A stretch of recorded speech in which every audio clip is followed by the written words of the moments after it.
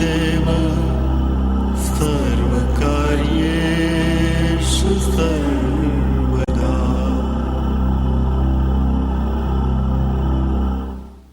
The Bhagavad Gita is a book of mankind's collected experience of and answers to life's most basic questions. Who I am, from where do I come, what is my purpose and destiny, and most practically, how do I find happiness? These podcasts originate in the lectures of Neil Bhatt, a disciple of Swami Chinmayananda. They are presented here in 20 to 30-minute segments, each covering 3 of the Gita's 701 verses. Welcome to Gita Wisdom for Daily Living. So we had been discussing chapter 3, Karma Yoga, Yoga of Action. So we have seen in the beginning, Bhagavan said that there are 2 paths. I have told you before in chapter 2. One is of Sankhya, which is a Jnana Yoga. As we have seen in Jnana Darshan, the Sankhya Darshan, that Sankhya believes that there are 2 entities, Purusha and Prakriti. Purusha, when gets entangled with Prakriti, then only all this agitation starts. Purusha is Chetan but inactive. Prakriti is Jad but active. When these 2 gets entangled, then only the agitation starts. So the goal of Sankhya is to separate Purusha from Prakriti. So as long as I keep this troublemaker Prakriti out of Purusha, Purusha will be in Ananda, the state of Satyānanda. When Purusha entangled with Prakriti, all the trouble starts. So their goal in Sankhya is to separate Purusha from Prakriti. So Bhagavan says there are 2 paths. For the Gnani, the path of contemplation to separate Purusha from Prakriti is the Jnana Yoga. For the Yogi, so we have seen the Yoga Darshan, Patanjali's Yoga Darshan. That does not mean that there is no yoga before Patanjali. Patanjali Muni organized it in sutras. So the path of yoga, for them it is Karma Yoga, is the path of action. So he said there are always 2 paths. One is for the contemplative type, is the Jnana Marga, and one for the active type is the Karma Yoga. And therefore, Bhagavan said, I'll tell you Karma Yoga. Even in chapter 2, he said that I told you all about Sankhya, I'll now tell you all about Yoga. And then when Arjuna asked the question in the beginning, he said, I'm confused. Bhagavan said, I've already told you. There are 2 paths. One is for the Jnanis who want to pursue the path of contemplation, and one is for the man of action, the Karma Yoga. And then in the essence, Bhagavan told Arjuna that to achieve your supreme goal of unbroken happiness or ultimate bliss, you should constantly perform actions without attachment. That was basically the conclusion of all the discussion about which actions are binding, which actions are not binding. But the conclusion in verse 19 we have seen is Asakta satatam karyam karma samachara. Asakta is the operative word, that without attachment. So here the antidote for all the agitation is unattachment. And that unattachment is what we find it very difficult to achieve. So the verses which we are reviewing now, from verses 27 to 30, actually deals with that issue. That why we cannot achieve unattachment with ease or without any difficulty. So the first thing is that it's our misunderstanding about how these actions work in this Prakriti. We tend to believe that the people act and they get results. And this is how the activities work. And Bhagavan said that that's not really true. If you analyze it, you will find that Prakrutehe kriyamanani gunaihi karmani sarvasaha. All actions are performed by the gunas in the Prakriti. There are no actions which are devoid of gunas of Prakriti.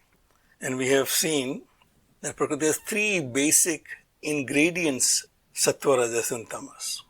Anything in Prakriti, if you see, is defined by the sattva, rajas and tamas, these gunas. These gunas are creating all activities. Ahankara vimudhatma karta aham iti manyate. But one who is not aware of his own self. Now here the words are pretty harsh from our perspective. You see, ahankara vimudhatma, like a fool who does not. But that's not the connotation here. In a normal day-to-day language, we use these words in a very different manner and a connotation. But here it simply says vimudhatma, the one who is not aware of his own self. One who is deluded about his own self, he thinks that aham karta. He thinks that I am the doer. Ahankara vimudhatma. This delusion of mine came from me not identifying with my true self, but identifying with this limited individual which I consider myself, this body, mind and intellect, and now I think I am the doer. Aham kartruti ahankar, as we have learned in Tattva. This sense of doership is creating this delusion that this is me, the limited being, and I am the doer of all these activities. Completely forgetting that the activities are happening because of the gunas in the Prakriti. So we have seen in Prakriti, everything has corresponding objects. So we have seen in Tattva Bodh, there are 5 great elements. You learn Bhumi, Apaha, Analaha, Vayu, Kham. That earth, water, fire, air and space. There are corresponding sense objects, which will be Sabda, Sparsa, Rupa, Rasa and Gandha. These are in reverse order. So if you have all the 5 objects in the grossest element, so Bhumi has all the 5.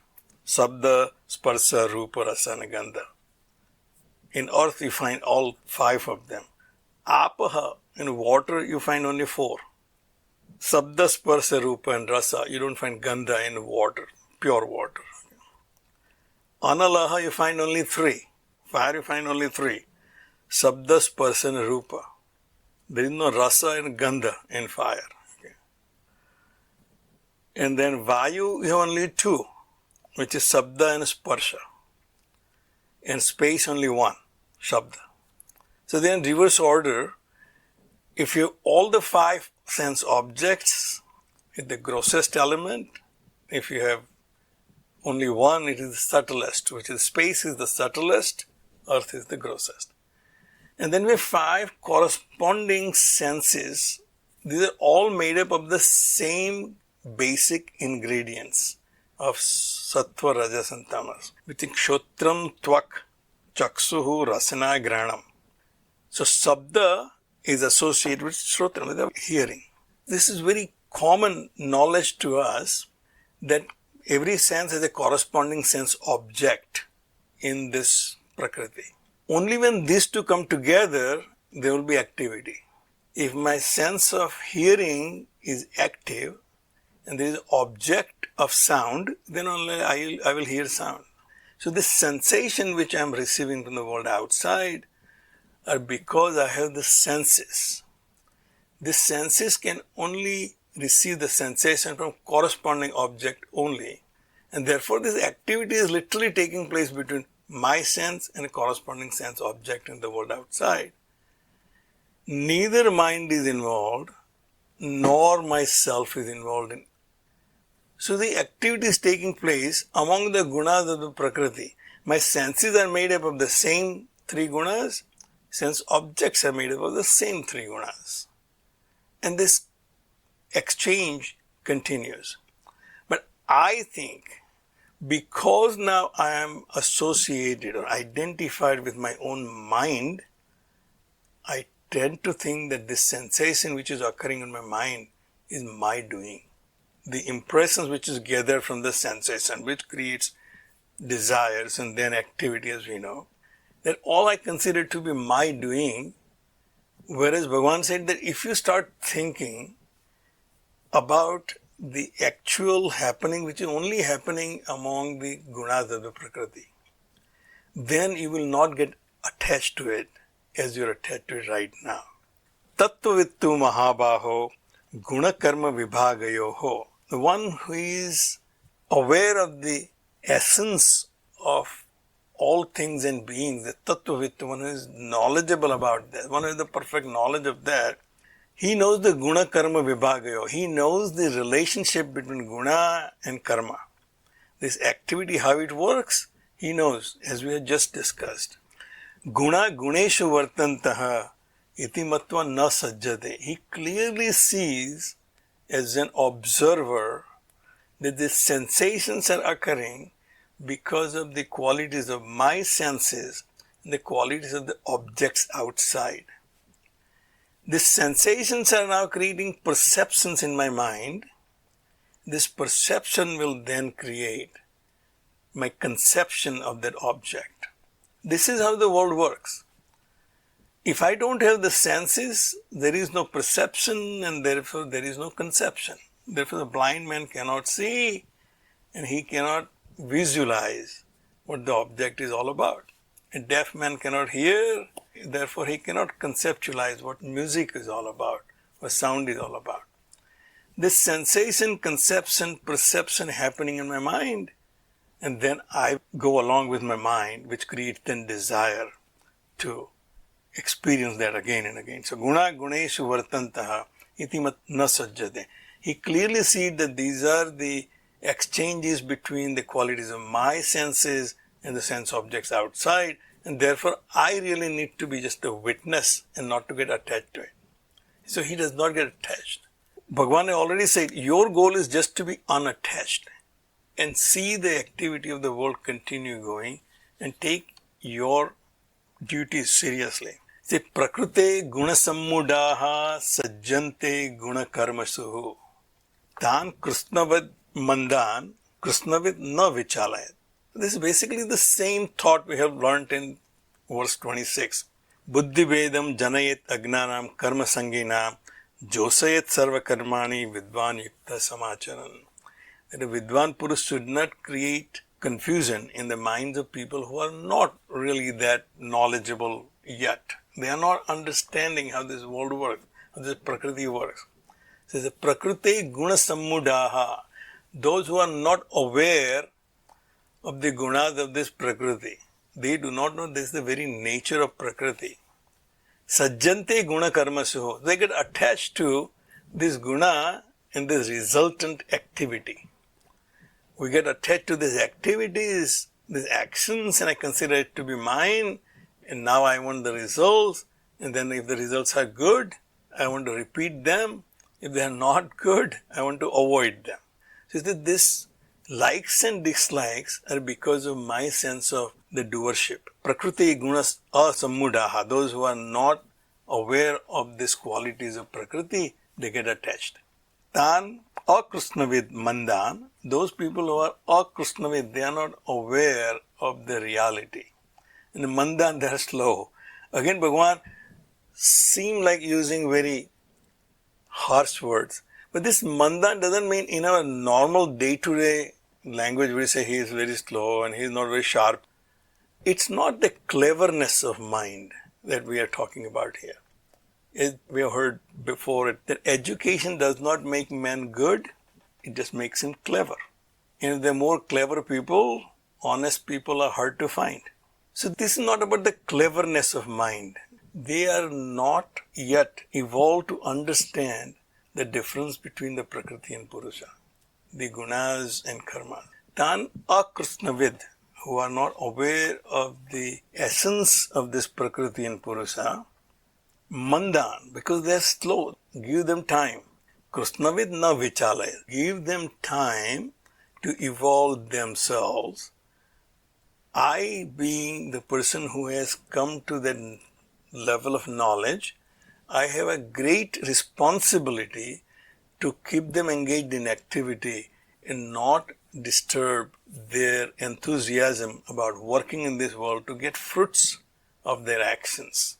Encourage them to perform their actions with whatever the desires that they have. I have seen in my own life, Swami Chinmayananda, when he comes, people will be like little children. People of great knowledge and of great status will go and act like little children. And they will say, Swamiji had done this and Swamiji had done that. They'll talk about their personal accomplishment, personal goals. And Swamiji will encourage all of them. Say, yes, you should continue doing that. Oh, that you are good at this, you should do that.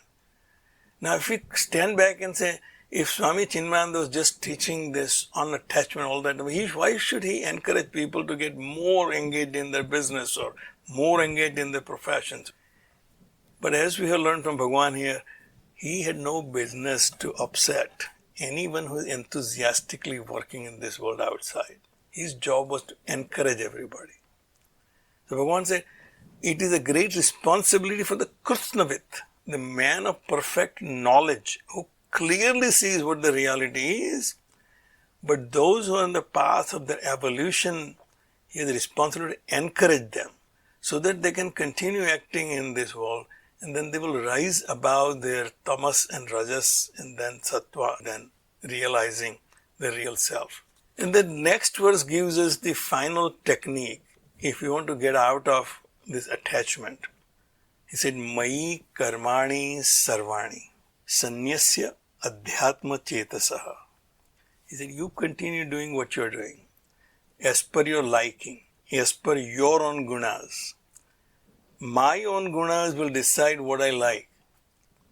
I have God's given relatively good voice, so I like to sing. But I don't have the body of Mike Tyson, so I don't like to go and fight in a boxing ring. Gunas of my body and my mind will propel me to go and find the sense objects in this world to interact with, to find my happiness. Bhagavan said, continue doing that, because you can't get out of your own gunas. But offer all those activities to me. Just make me in charge of all those activities. Mayi karmani sanyasya. Sarvani, he said, all actions, your liking, your disliking, you're forced to do, you're doing it on your own accord, offer all of them to me. Let me take care of them. And what you do is, adhyatma chetasaha, constantly focus on yourself. You contemplate while you are doing it, who is doing it, who is enabling me to do it, what makes it possible for me to do it. This coronavirus has opened our eyes how our system works. One sector closes down, it affects all the other sectors. We can go to the offices, we can meet people, we can do what we normally used to do, and our life is completely disrupted. Now I come to understand that what I was doing was I was dependent on so many people doing so many things. He said, you constantly churn on that idea that you have a very little ability or authority to do any action. And more you think about that, more you think about what is your real nature. You focus on that while doing your actions. You offer all your actions to me, do whatever you like, engage yourself in activity which pleases you, but give them to me, and I'll take care of the results. Nirasi nirmamo bhutva yudhyasva vigata jvaraha. This is the most difficult line for anyone to understand. Nirasi, hopeless. Nirmamaha, homeless, nothing of mine and no hope. We know for sure that we won't be able to function that way. If I don't have any hope of this coronavirus going away in at least in next 6 months, then I am doomed. But I have hope that there will be a way out. There will be an end to this thing. And therefore, I keep doing what I have to do. Social distancing, reduce your activities, don't go anywhere. All of that in hope that someday the normal life will return. And Bhagavan said, you become nirashi. Nirmamo bhutva yudhyasva vigata jvaraha. But then he said, have no hope and no sense of belonging, but continue working in this world, vigatajjura, without any fever, without being sick of your own situation. Stay healthy and work. This is all about our mind. This fever he is referring to is our mental fever. You right now are suffering from this mental fever of asa and nirasa, accomplishments and failures. If you get out of this fever, so nirasa refers to my expectations of my future. You see, you may have a goal but no expectations. I may think that the thing will be normal in 6 months, it may not be. It may be in a year. I keep reading these projections about the sectors which I practice architecture in. So first they will say, oh, everything will be normal by next year. Then they extend it and say, no, actually it may take a couple of more years. And now they are saying that everything will be probably back to the pre-COVID level by 2023. So I added up my age and the years it will take. So it will work out very well for my retirement. So asa is all about my future expectations. So right now, anxiety about my future. When will this be normal? How can I get back to normality that I was experiencing before this COVID? And he says, you don't worry about it. You become nirashi. You can say things will happen as they are going to happen. I need to continue doing what I'm doing. So hopelessness does not mean that there won't be any good in my life after that. But my expectations should be curtailed to a level where I feel comfortable with it. Then I will work in today's environment and things will work out as they are supposed to work out. So that nirasa is not dejection, which we typically think. Asa nirasa, this is not that nirasa. Nirasa is not dejection or depression, but no expectation. And nirmamaha. So nirasa is all about future. Nirmama is all about my past accomplishments.